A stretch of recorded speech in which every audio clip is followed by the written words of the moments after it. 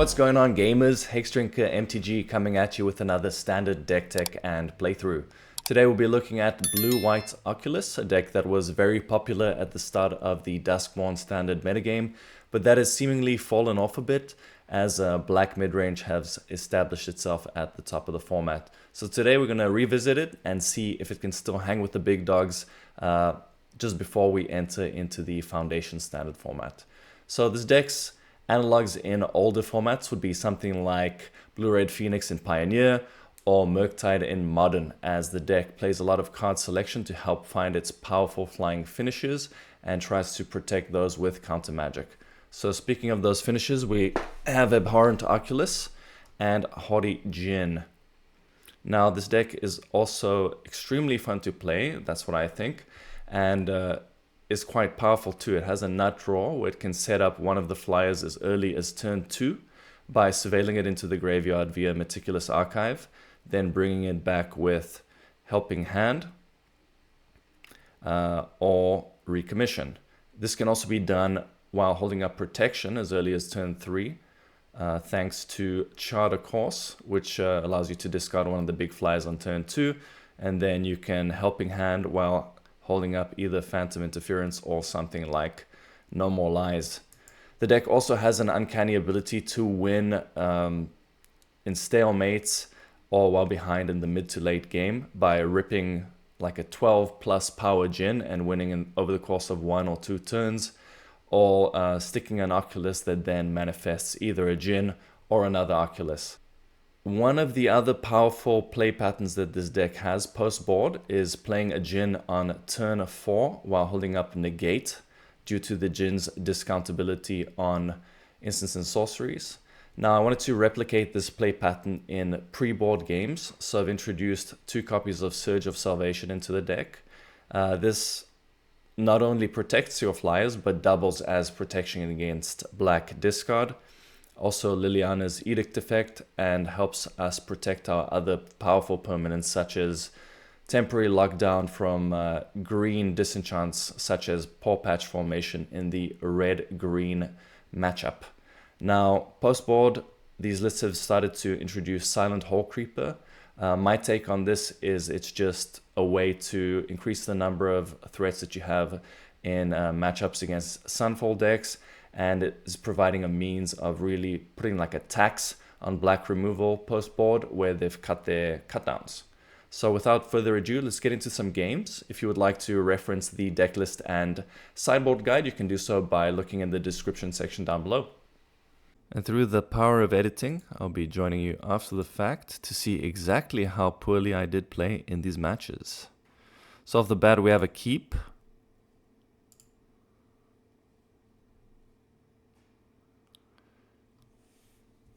Starting off with a Sleight of Hand. Looks like we're playing against blue-black. Picklock Prankster, I would say, is the key card in the deck, helping facilitate the graveyard fueling and digging for both answers and graveyard setup. With that said, I think they definitely picked the wrong card with the bat there. I would have taken the Prankster or the Soul Partition, which answers the bat itself. Here we're holding up basically everything, giving ourselves options, trying not to fall too far behind. Thankfully, no Kaito out of the opponent. Here we'll set up Picklock Prankster.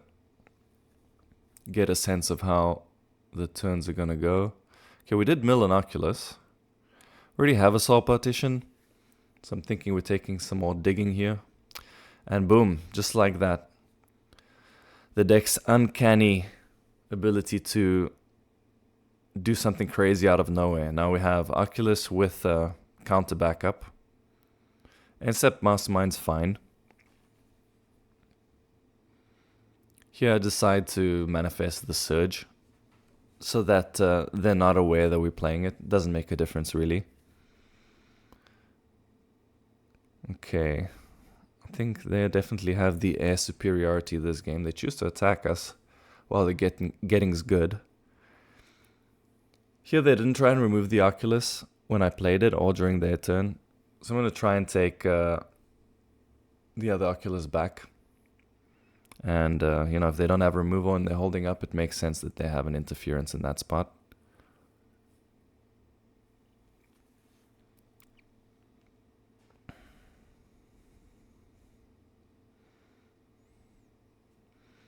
And yeah, I'm just trying to do a cheeky attack here. I decide to do that so I can turn on Charter Course and basically gift my opponent a free card here. Don't say I'm not a generous guy. Looking back, I definitely would have rather held up Phantom Interference. Just stop them from double spelling potentially. Plus, we know they didn't have removal, and that gives them an extra look at something like a Go for the Throat or an Anoint. I think air superiority has definitely shifted in our favor now. With that in mind, start pushing the ground troops a little bit here, while our big boys in the air hold off the opponent's assault. Just bolster that defense a little bit by adding the ferry. Can't always be manifesting Djinns and Oculus. And here on the end step, I just make a 2-2 as well, just to continue being able to push the pressure. Djinn draws pretty good.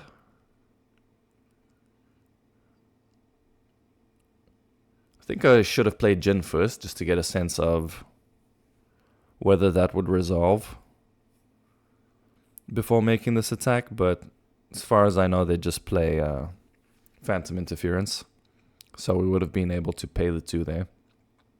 I'm fine throwing one guy away. One of the 2/2s to get some damage in. Now we have Djinn and a Manifest plus Prankster. So here I'm just playing the Archive, and I choose to surveil away the Charter Course just to give us a higher chance of manifesting another creature.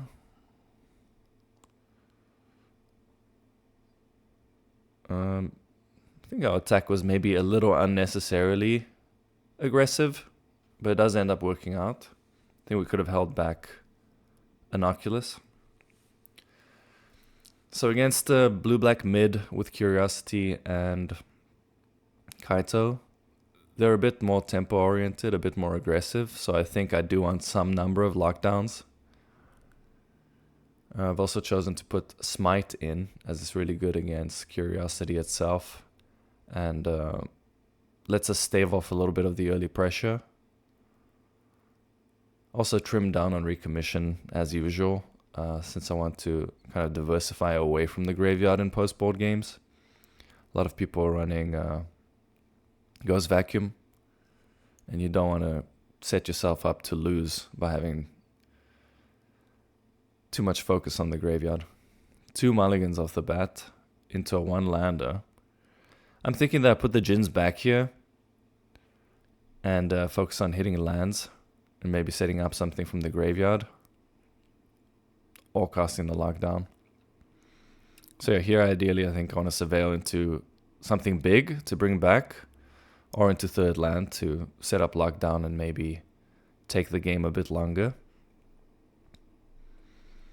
I think an ideal draw here would have been probably Free the Fae or Moment of Truth, so we can have something to do while holding up Negate, or land obviously. It's really getting out of control here. The Negates would have been way better as Phantom Interference, you know, stopping the Preacher there and still giving us the out of casting lockdown. We get a tapped land. And yeah, we're just sitting with these Negates, looking very silly. And you can imagine what happens next here. They can just ninjutsu the Kaito. After that absolute beatdown, the opponent showed us why their deck is a tier 1 deck. Basically needs little to no setup for their cards to be great. I cut the cancel. I don't think we're going to have the luxury of being able to hold that up in this matchup. This hand, not amazing, but we have outs to bring a Djinn back. We can hold up Moment of Truth. We have land drops. And a lockdown if they start with a curve out draw.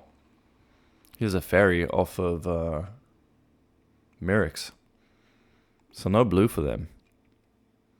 And makes sense why they main phase it, since you only get a turn's worth of colored mana from Mirrex. Okay, we take that opportunity to Moment of Truth. I don't think we need second Djinn. Plus this lets us stock up the graveyard for a future Oculus. They attack and it looks like no third land, so let's take this opportunity to continue developing. I think if they're going to keep 7, not hit her third land, they almost certainly have removal. So yeah, just taking it slowly, setting up a Djinn plus protection. It's most likely going to die on their turn, and it does. And again, that does make sense. Why would they keep a hand if it doesn't also have removal when it is lacking lands? Here I figure that I might as well just get the fairy out the way. And then obviously sequence Charter Course so that they don't draw the extra card. And they do hit third land. Preach is nice. We do have Get Lost. This is a perfect situation for us now. We can deal with their threat, continue to dig for threat of our own, and hold up both Counterspell and Digging. Another answer. Very nice.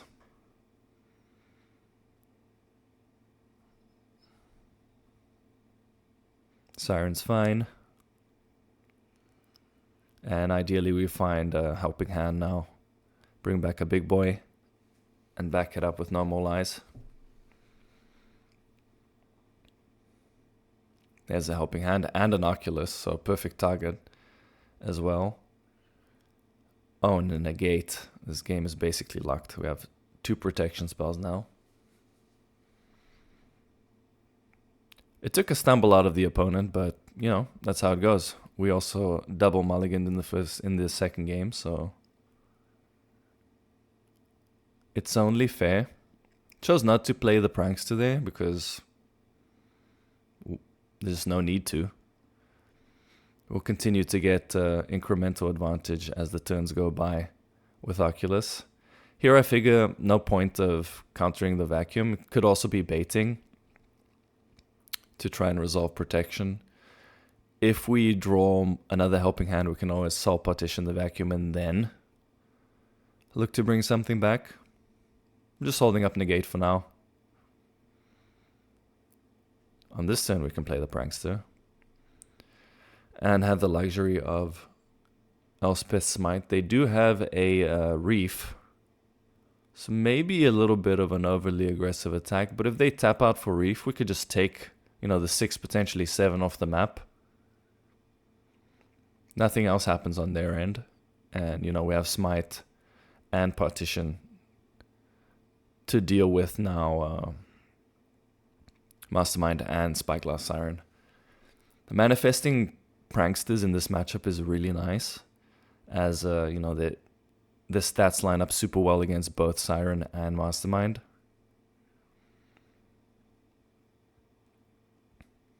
Getting pretty aggressive here. Curiosity, pretty nice, but so is Elspeth Smite, as far as how it lines up against it. Exiling is incredible. This is one of the worst exchanges in the format as far as cards lining up into one another.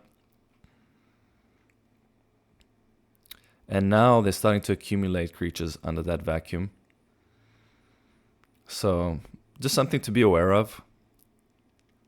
You don't want them to also maybe get an Oculus. So if I somehow mill one, I'll try and be very conscious of that. And look to Soul Partition when they're tapped out of being able to sacrifice it. Here they go for it. And I mean, something like Oculus and even Monastery Mentor, while they are 1/1s out of the vacuum, they can still get a lot done. So I'm just taking the opportunity to Soul Partition. They're at 6. I'm thinking I just have a big attack on my turn. And funnily enough, Soul Partition actually gives us back Mentor here, so we can recast that on our side. And yeah, it's looking to be a formality now. Unfortunately, they pick A little insult to injury there with the Mastermind blocking the 1/3. I'm not going to let them have a free trade if I can afford not to. And yeah, we still get to hold up Negate through that. And that's 2-0. I mean 1-0. What am I talking about? That's match 1. This hand doesn't really do much, but you got lands and spells and you can dig towards something. So really, again, I just want Free the Fae, Pickpocket Prankster. Here I choose third land over Helping Hand, since we're not set up to bring anything back yet. Okay. Charter Cost not bad, but rather stuck up the graveyard and find like another one of those, or Moments of Truth, or Free the Fae. There's Moments of Truth. So yeah, Surveil first, try and set up for Sleight of Hand, and then next turn we'll get our fast land into play. Punished by drawing another fast land, but can't really be helped. Here Bronco's really annoying.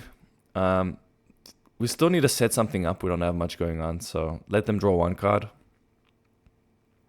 Bat, also annoying. I decided to Moments of Truth in response to try and set up the graveyard and make them have to choose between a couple things, but actually end up using the Surge to protect the hand. Spend all the mana. This allows us to use Soul Partition on Bronco as opposed to Bat. I don't love that. Here we can partition the Bronco and hold up Interference. It's getting from being bad to worse very quickly. We're just spinning our wheels, not getting much done, while they continue to hit lands and have tons of cards in hand. Okay, they go for the 3/2 Dread Knight as opposed to drawing cards. I don't fault them for that. I think you need to push your advantage while you can. We managed to counter the second one. And yeah, we have a stuck graveyard. We'll rip Oculus off the top. This is almost certainly dying, but we can bring it back with Recommission, and we'll have 5th land next turn, so that'll allow us to Recommission plus hold up cancel to protect it. Yeah, they have a grip full of cards, no surprise. Black mid-range, Oculus immediately dies. But we do manifest into another Oculus, just another one of the crazy upsides that this deck has. So as clunky and slow as our start was, we are set up to do big things here. Unfortunately, they do Liliana our Oculus, a manifested one, but we are able to set up the play we spoke about last turn. And just going to hold that land to have something to discard to Liliana. Okay, 1/3 is alright against Bat, and then if we get multiple 1/3s, we can set up double block on a 3/2. Although that's about the same as blocking with a 2/2. It does also let us pressure Liliana. Here might as well cancel the Bat since we're losing it, regardless. Just stops them from adding to the board.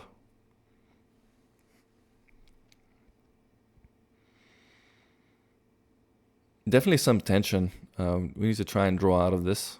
We'll start on Sleight of Hand, see what we have cooking. Okay, so I'm thinking hold back 6/6 to stop us from being beaten down, and turn on Charter Cost with the Ferry, try and pressure Liliana. If they throw Bat away, we still have a 1/3 to insulate Oculus as well as the manifested card. Draw 2 huge action spells. Would have been great to manifest into one of those, but you can't have it all.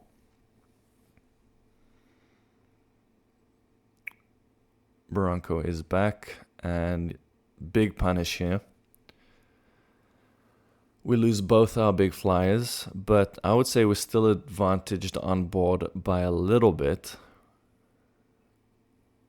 Massive draw. I think they made a mistake here, taking Oculus under Bat and not Djinn. As if we are able to deal with that Bat, we then have an Oculus to cast, which I'm actually not sure. They're both really bad for the opponent, actually. With Djinn having 8 power already, I think they're kind of stuck in between a rock and a hard place, honestly.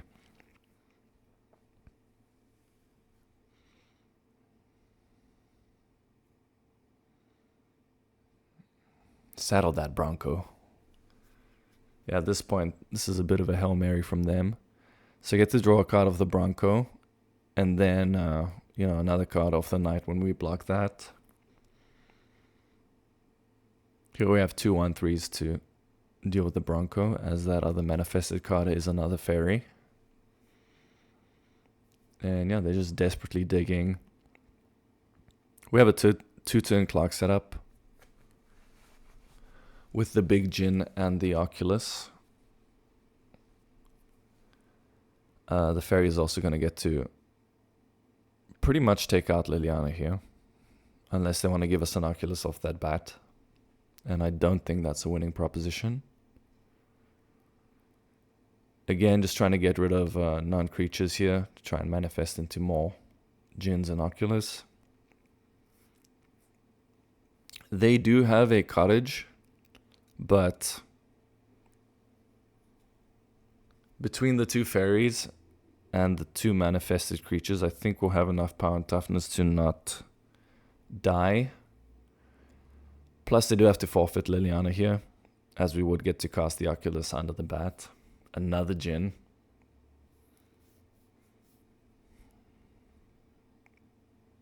Vraska. So it turns out this is the Innkeeper's Talent Vraska / Liliana of the Veil combo deck that looks to kill in 1 turn. Kind of had that combo kill. So it's kind of like the old build of black-green mid-range with, the non-demon top end. And yeah, we just have too much power and toughness here in Flyers.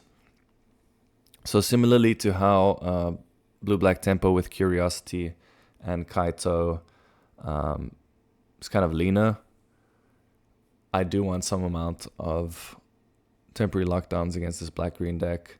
Elspeth Smite also very good against... what's her name? Glissa. So I would say it's similarly good against Glissa as it is against Curiosity. So bringing some of those in, trimming recommissions again for the same reason as previously mentioned. Hand looking pretty good. We get to hold up and protect. Them being on the play stops us from getting to do that. So we're going to take Moments of Truth, which will hinder our development. We're very reactive now with 4 counter spells. Though at least we're making land drops. Oculus here, pretty terrible. If we had drawn Djinn, then next time we can set up Djinn plus Negate. My favorite. If they could Liliana us to get this Oculus into the graveyard, that would be nice. As it stands, they get to start using mana while we hold ours up, which is not great, but it's also not a ton of pressure. Here I go for a 2-2 to try and block the bat. I figured that I either get my Moment of Truth back, and they get something like an Archfiend, or I have this absorb, a cut, a go for the throat, or an anoint. I was very surprised to see a cut down post board, since there's nothing they can really cut down game 1. I would side in Hallcreepers against like the Seth Manfield kind of more controlling version of black-green. But when they're lower to the ground with Broncos and Glissas, I don't like Hallcreeper, especially since Glissa can kill enchantments. Here they're really trying to get around the fact that our hand is so reactive and start pushing some pressure. We can try and draw an Elspeth Smite here off of Moments of Truth, so I try to do that. And we get a Prankster, set up a Oculus in the graveyard, and we'll try and dig into something. Actually, no, I think we end up playing a Djinn here now that I drew that. Otherwise, I likely would have freed the Fae, try and hit Helping Hand. But this was a very nice draw. In the Djinn.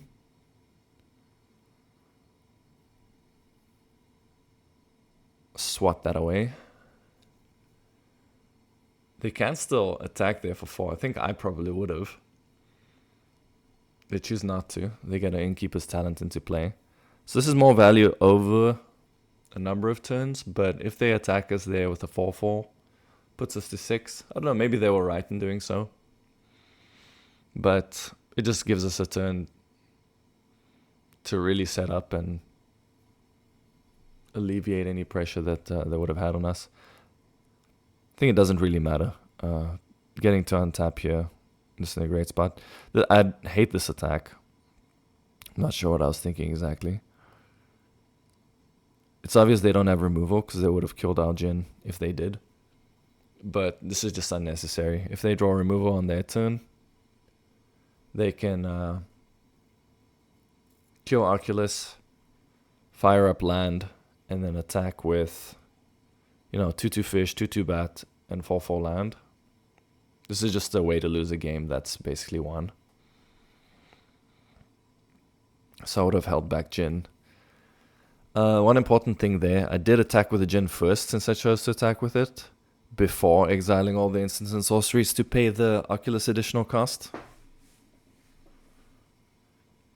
Fortunately for us, we are not punished, so very lucky. And now we have just like an embarrassment of riches. Bunch of counter spells, just holding everything up here. No need to really add to the board. Bad attacks. Djinn's gonna block it, and we're gonna try and hit 2 more instants and sorceries.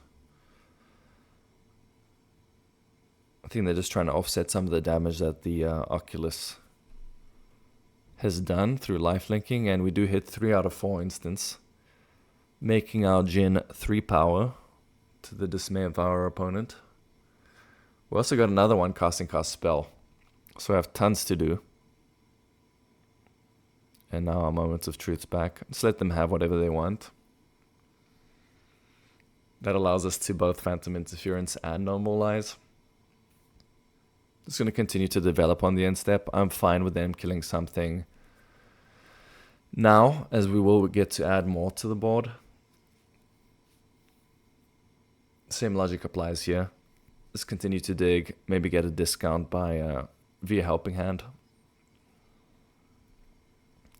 And yeah, just trying to hit lands, but can't complain about having so much action. This is a 2-turn clock, even with just the Djinn attack, as it will almost certainly grow at least +1 power between now and next turn. I just choose to do nothing. Oh, it's not true. I try and hit a land drop, which I do not. But now that we have Surge, it's all but wrapped up.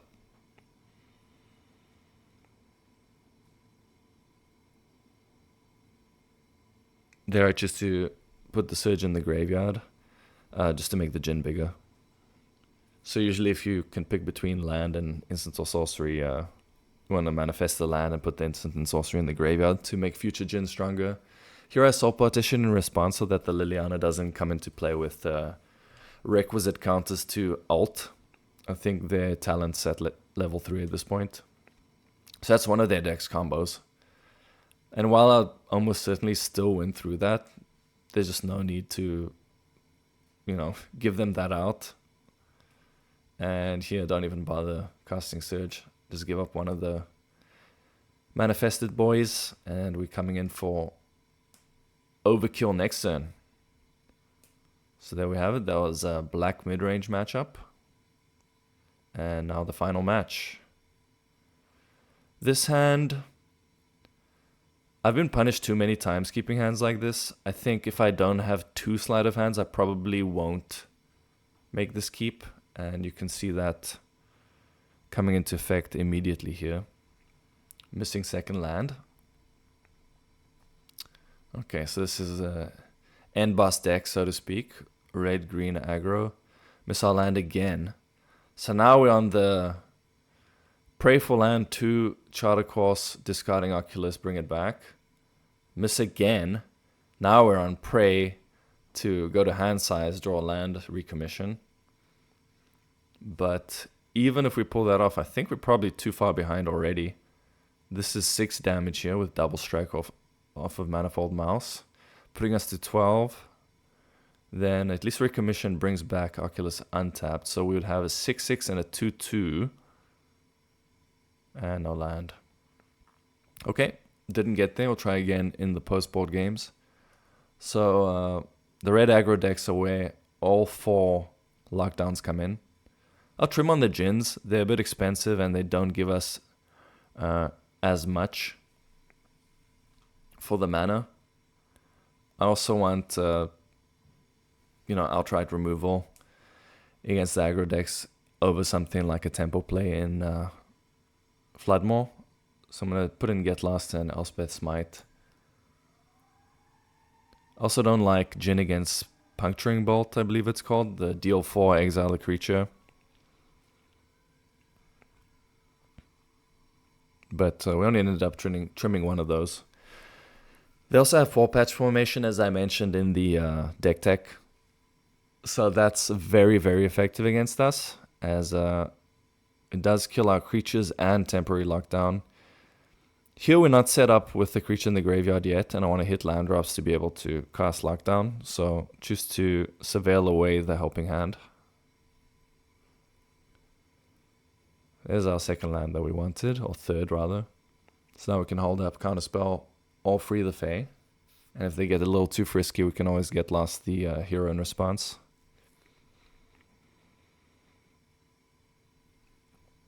Okay, they choose to plot. Slick shot show off. We'll try and set up our graveyard. And we kindly show them 2 lockdowns. So here, I'm hoping they'll get a little overzealous after seeing 2 get milled. And I try and reinforce that idea by playing Prankster to the board as well. Making them feel safe, you know. But they just try to go for a good attack. So I'm going to make a block that has them commit a trick, at the very least. And then we'll look to lock down on our turn. They do have the Rage. So we're taking 5 down to 14. I think I'm going to lock down while the getting's good.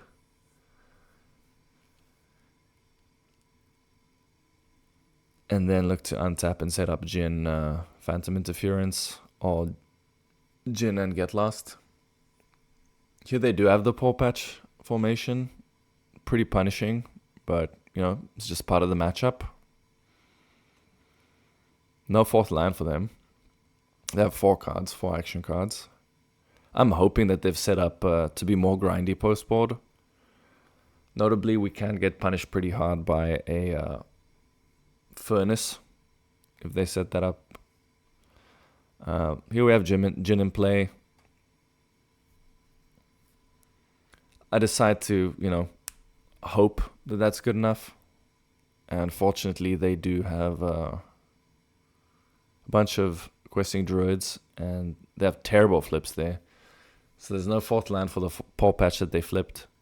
And they also flipped Manifold Mouse that they can't afford to cast. So I think maybe they should have waited until our turn to cast that, so they could get some value out of their spells. We get lucky and we top deck basically the best possible.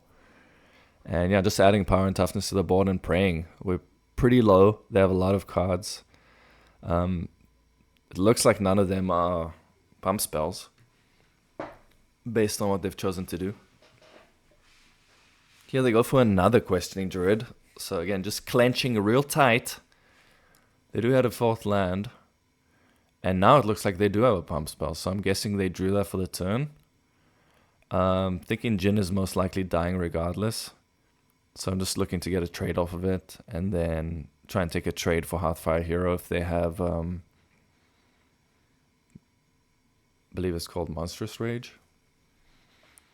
Snakeskin Veil.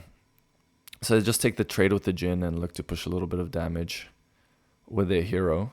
It's a great spot for us. They do have 4th land, but it is tapped, and they lose the Manifold Mouse. So now we're untapping with Oculus, with Get Lost, and Phantom Interference. I try and hit 4th land, we get there. And yeah, just going to hold up and maybe try and Prankster into Helping Hand plus something in the graveyard. We'd have a Djinn already, but it would be nice to get 2nd Oculus. Here they deploy the druids that they had set up from earlier. So they're taking a turn to develop their board. I think I'm going to be countering this Hearthfire Hero since we are pretty low. And they do have Rockface Village, I believe it's called. The land that targets mice, lizards, and raccoons. 5th land is fine.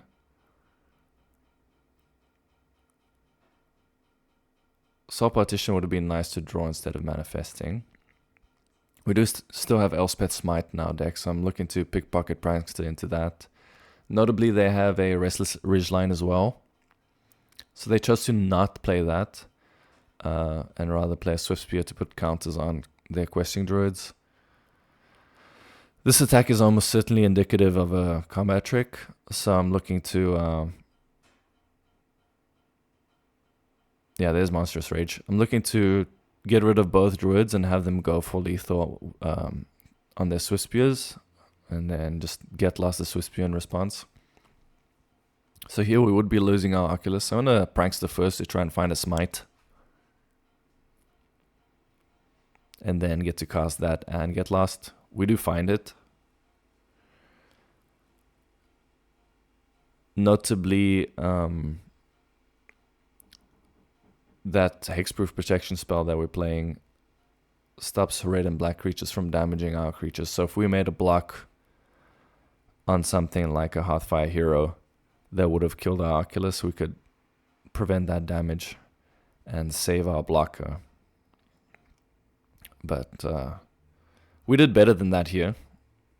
And now we're untapping with a far stronger board than them. They choose to surveil away a Slickshot Show-Off. Here, I know they have a Ridgeline and they can top deck, a big trick. We are manifesting and have a Pickpocket Prankster. I don't know. I'm thinking that we need to close the game out. Probably not worth attacking there. We could have easily discarded a card to Chart a Course. We didn't have to get the full value out of it. I think I should have waited a turn to attack and just added the Prankster. As it turns out, they draw Urbrask Forge. It's pretty bad here. It would have been very good earlier. Now I can just flip Djinn, block 3/4, and have my 1/3 block there. Forge token, and then smack them back for lethal. I make a very strange, tunnel vision, brain fart block, where I throw away my Prankster. Can't explain this. You do the craziest things. Sometimes, or at least I do. I always manage to find the worst play. So yeah, tied up at 1-1 now. And be on the draw in game 3. Really leaning heavily on temporary lockdown. I'm going to cut these Phantom Interferences on the draw. And putting in Negates to just stop stuff like Forge. Protect our lockdowns, protect our Djinns. Can't keep that. Can't keep this. And yeah, here I'm thinking, just want to set up something through the graveyard. And I think we're going to have to keep this Get Lost so you can kind of tread water while doing so.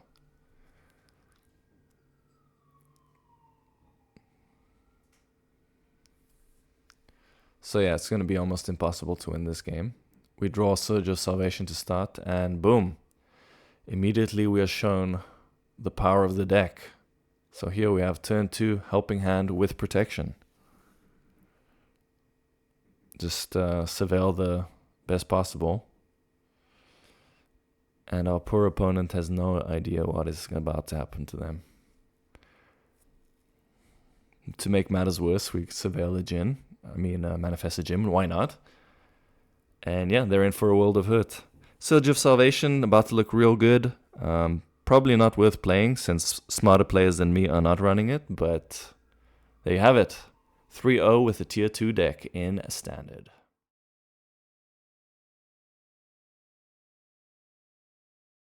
And that does it for the games. Please be sure to let me know which deck you would like to see a deck tech and playthrough for next in the comment section down below. If you enjoyed this video, you can see more of this channel's videos by clicking right here. And if you would like YouTube's algorithm to serve you up more of my videos as I release them, the best way to let it do so is by subscribing to the channel. Thank you for watching, and I'll catch you on the next one.